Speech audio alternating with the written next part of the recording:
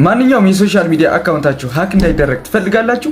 ይሄንን ካደረጋችሁ በፍጹም ሀክ አትደረጉም። ከሰዎች የሚላክላችሁ ሊንክ ከመክፈታችሁ በፊት እንዴት አድርጋችሁ ቼክ እንደምታደርጉት በዛሬ ቪዲዮ አሳያችኋለሁ።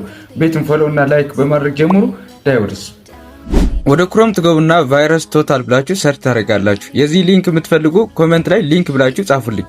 ከዛ በኋላ የመጀመሪያውን ሊንክ ጫናላችሁ። ከዛ እዚህ ጋር URL የሚለውን ትመርጣላችሁ። ከዛ እዚህ ጋር ከሰው የተላከላችሁ ሊንክ ፔስት ታደርጉታላችሁ።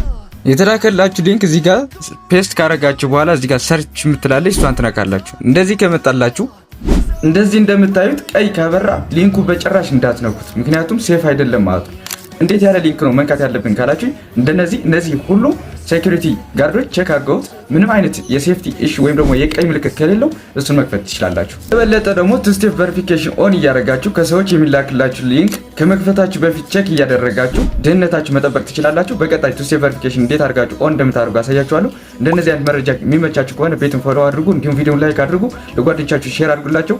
ለቀጣይ ስለሚጠቅማችሁ ቪዲዮውን ፋቮራይት ማድረግ እንዳይረሳ። በቀጣይ በአዲስ ነገር እስከምንገናኝ ይመቻችሁ።